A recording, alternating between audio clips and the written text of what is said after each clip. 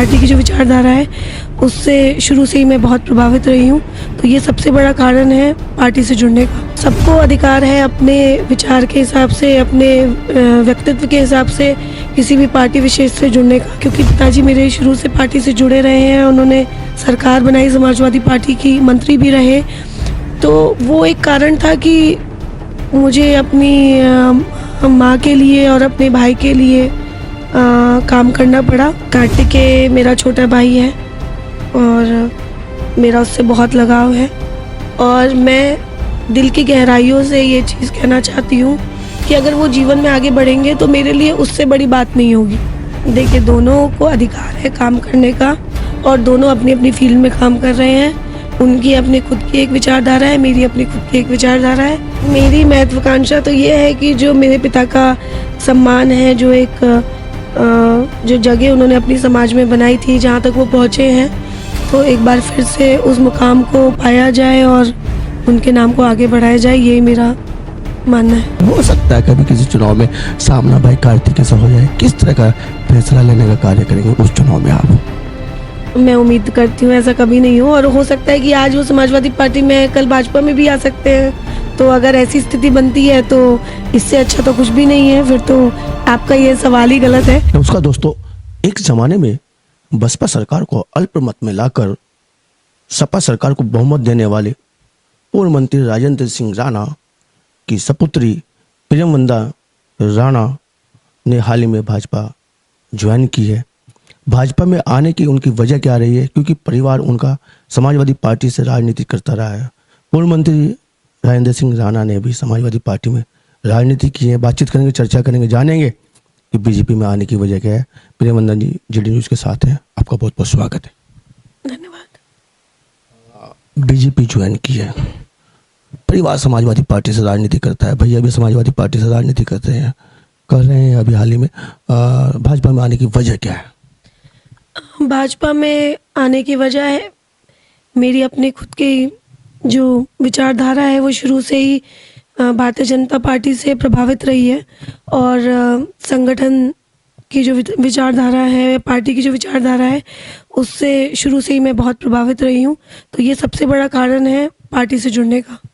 पारिवारिक माहौल आपका समाजवादी पार्टी से जुड़ा रहा है, वैचारिकता भी समाजवादी पार्टी से रही है, पिता भी समाजवादी पार्टी में राजनीति करते रहे हैं, भैया भी कर रहे हैं। क्या समाजवादी पार्टी में किस तरह की आपकी कोई ऐसा रिश्ता महसूस हो रही थी जो समाजवादी पार्टी में आपने राजनीति शुरुआत नहीं की, भाजपा में आना पड़ा?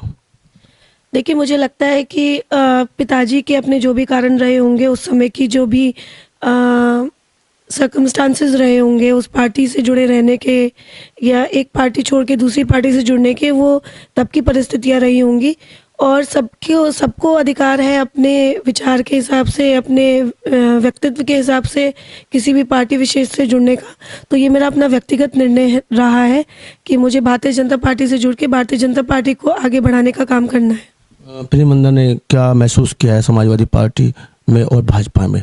किस तरह के जो है आपने महसूस किया कि ये अच्छी नहीं है, ये अच्छी हमारे लिए हो सकती है? देखिए, पार्टी सभी पार्टी की अपनी खुद की एक विचारधारा होती है, अपना काम करने का तरीका होता है, और भारतीय जनता पार्टी का जो संगठन है वो इतना मजबूत है कि वो हर घर, हर बूथ और हर गांव में अपनी पैठ बना के चलती है और सबसे जुड़ा हुआ है। तो मेरा जो मानना है वो ये है कि जो भारतीय जनता पार्टी है उसका संगठन इतना मजबूत है कि वो जन कल्याण के लिए, लोगों के लिए तत्पर रहती है काम करने के लिए, और उसी चीज़ से प्रभावित होकर मैं पार्टी से जुड़ी हूँ। रही बात समाजवादी पार्टी की, तो हर जगह हर तरीके के लोग होते हैं, और समाजवादी पार्टी से क्योंकि मैं औपचारिक रूप से नहीं जुड़ी थी, और सिर्फ मैंने, क्योंकि पिताजी मेरे शुरू से पार्टी से जुड़े रहे हैं, उन्होंने सरकार बनाई, समाजवादी पार्टी की मंत्री भी रहे, तो वो एक कारण था कि मुझे अपनी माँ के लिए और अपने भाई के लिए काम करना पड़ा, और पूरे मन से मैंने उनके लिए काम किया। पर मुझे लगता है कि अब जो समय है वो मुझे खुद के लिए कुछ करना है, अपने लिए निर्णय लिया है मैंने, क्योंकि मैं भी ये चाहती हूँ कि लोगों तक मैं घर घर जाके उनके लिए मदद करूँ, उनके लिए काम करूँ और उनकी आवाज़ बनूँ। आधी आबादी से आप ताल्लुक़ रखती हैं, क्या आपको ऐसा लगता है कि बीजेपी में जाके जल्द मुकाम हासिल किया जा सकता है? क्योंकि महिलाओं के सम्मान की बात की जाती है तो हमेशा बीजेपी से की जाती है। क्या आपको भी ऐसा कोई मुकाम हासिल करने में सहजता महसूस होगी भाजपा में आने के बाद? देखिए, भारतीय जनता पार्टी ने हमेशा ही महिलाओं को आगे बढ़ाने का काम किया है, महिलाओं के सम्मान के लिए लड़ाई लड़ी है और यहाँ तक कि आप सब जानते हैं कि जो महिला आरक्षण बिल है उसके लिए भी जो पहल करी है वो भारतीय जनता पार्टी ने करी है। आदरणीय हमारे नरेंद्र मोदी जी प्रधानमंत्री जी ने और आदरणीय हमारे मुख्यमंत्री योगी आदित्यनाथ जी ने जो माहौल बनाया है, जो एक मुहिम शुरू करी है महिलाओं को आगे बढ़ाने की, महिलाओं के संरक्षण की, महिलाओं को एम्पावर करने की, वो अपने आप में एक बहुत बड़ी बात है हम सबके लिए और उसमें हमें अपना योगदान देने की ज़रूरत है। रही बात जल्दी मुकाम हासिल करने की, तो देखिए जल्दी तो कुछ भी नहीं होता है।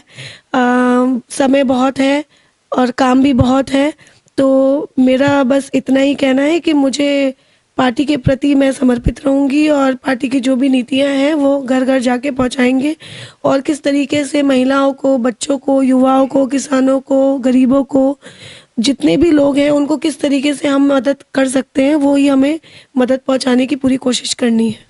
पिता आपके बहुत बड़ी राजनीतिक हस्ती रहे हैं, क्या कारण है कि पिता का मुकाम आप परिवार हासिल नहीं कर पाया अभी तक?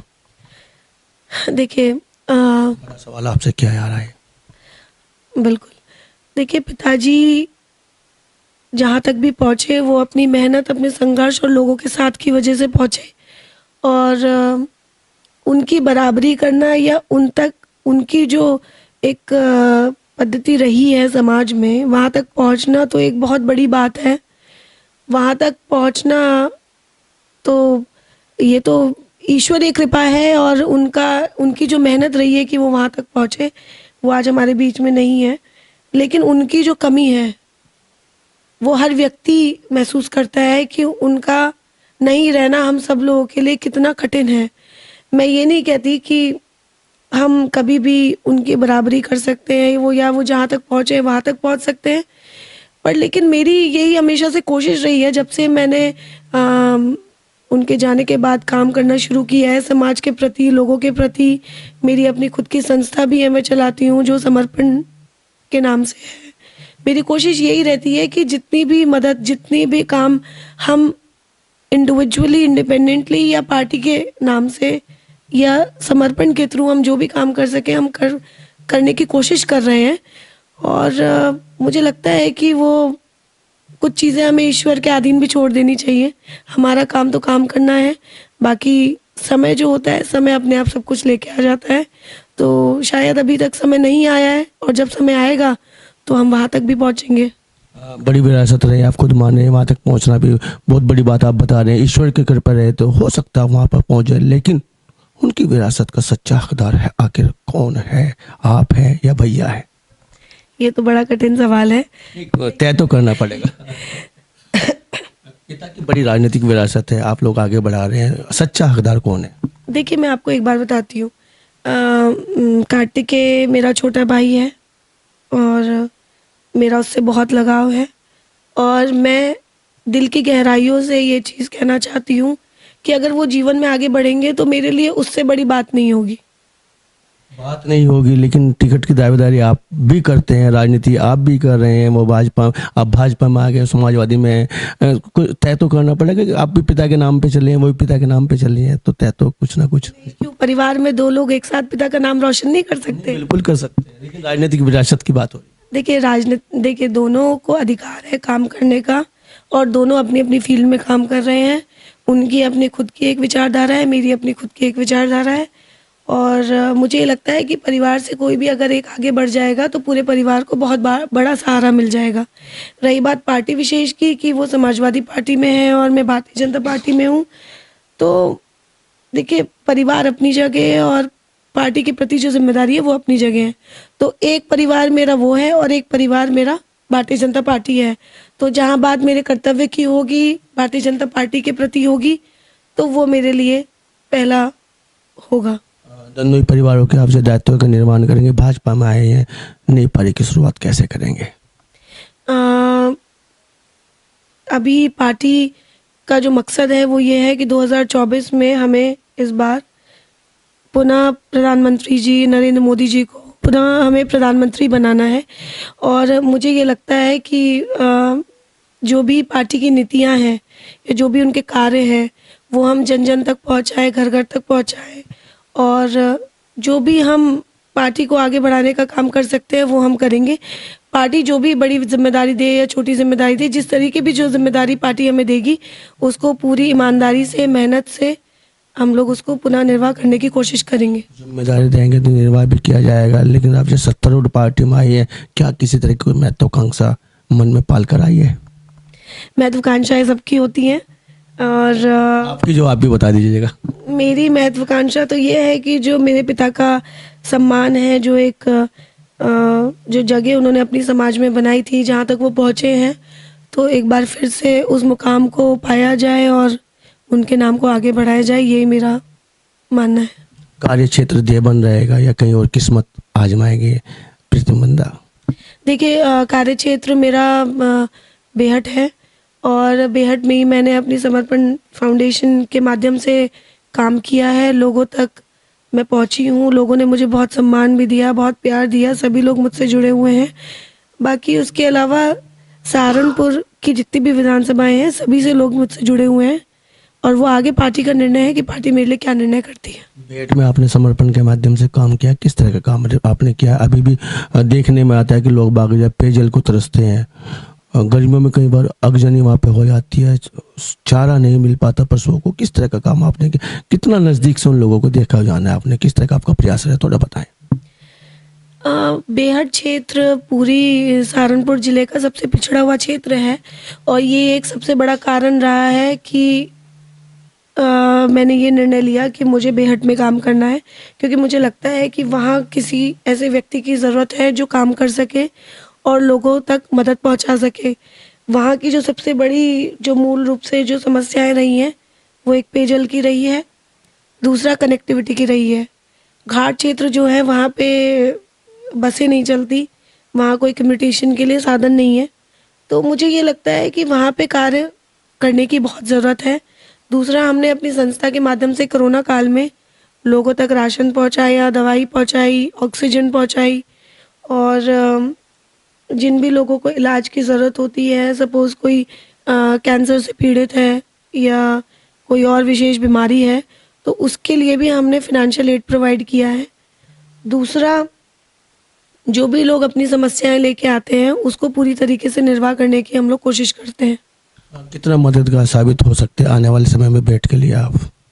ये बेहट की जनता बताएगी, इसका जवाब मैं नहीं दे पाऊंगी, लेकिन अगर मेरी जन्मभूमि देवबंद है तो मेरी जो कर्मस्थली है वो बेहट है, और बेहट मेरे लिए, बेहट की जो जनता है, बेहट के जो लोग हैं, वो मेरे लिए मेरा अपना परिवार है। लोगों ने बहुत सम्मान, बहुत प्यार दिया है, और निश्चित तौर से आप जब वहाँ जाएंगे, लोगों के बीच में बात करेंगे, तो आपको महसूस होगा कि उन्होंने पूरे मान सम्मान से, पूरे खुले दिल से उन्होंने मुझे अपनाया है।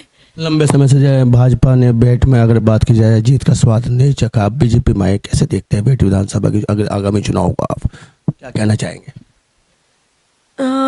मुझे ये लगता है कि अभी तक कोई व्यक्ति ऐसा वहाँ आया नहीं जो लोगों को समझ सके, जो लोगों की समस्याओं को उठा सके या लोगों की दिक्कतों को दूर कर सके।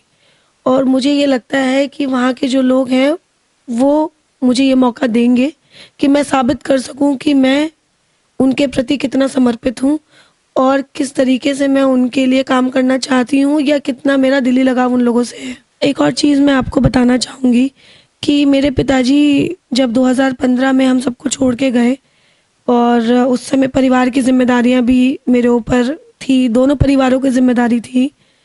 उस समय भी 2016 में जब मेरी माताजी का उपचुनाव हुआ, तब मैंने अपनी माताजी के लिए घर घर जाके वोट मांगी, काम किया, लोगों से संपर्क किया, और उसके बाद मेरे भाई का चुनाव हुआ, उसमें भी मैं घर घर जाके मैंने वोट मांगी, लोगों के लिए काम किया, लोगों से जुड़ी रही।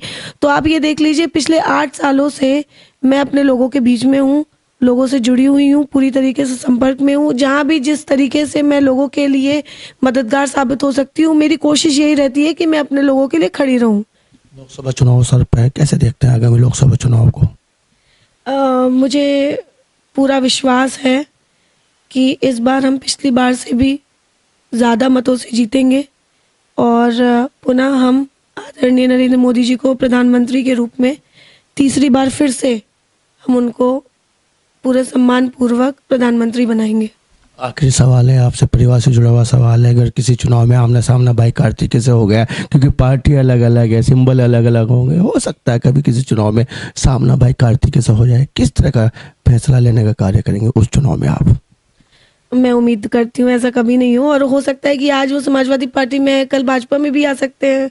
तो अगर ऐसी स्थिति बनती है तो इससे अच्छा तो कुछ भी नहीं है, फिर तो आपका ये सवाल ही गलत है। दूसरी चीज़, अगर बात पार्टी के कर्तव्य की आती है तो पार्टी मेरे लिए पहले मायने रखती है। जो भी पार्टी का निर्णय होगा उसी को पूरी तरीके से मैं निर्वाह करने की कोशिश करूँगी। बहरहाल मुझे पूरा विश्वास है इस तरीके की स्थिति कभी आएगी नहीं। जेडी न्यूज़ के माध्यम से भाई को न्योता देना चाहेंगे भाजपा में आने का आप? मैं पूरे सम्मान से और खुले दिल से मैं स्वागत करूंगी अगर वो ऐसा निर्णय लेते हैं तो। स्वागत करेंगे भाई अगर आए थे। बेबाकी से आपने बातचीत की है और ये भी बोला है कि जय पिता की राजनीति को आगे बढ़ाने का कार्य किया जाएगा। भाई अगर आए तो समर्पण भाव से पार्टी के साथ में रहेंगी उस समय। तमाम मुद्दों पर बातचीत करने के लिए जेडी न्यूज़ को आप तरफ से आपको बहुत बहुत धन्यवाद, आभार। जीडी न्यूज़ की सभी वीडियोस देखने के लिए यूट्यूब पर सब्सक्राइब कीजिए जीडी न्यूज़ चैनल को, और फेसबुक पर वीडियोस देखने के लिए जीडी न्यूज़ चैनल को लाइक और फॉलो करें। धन्यवाद।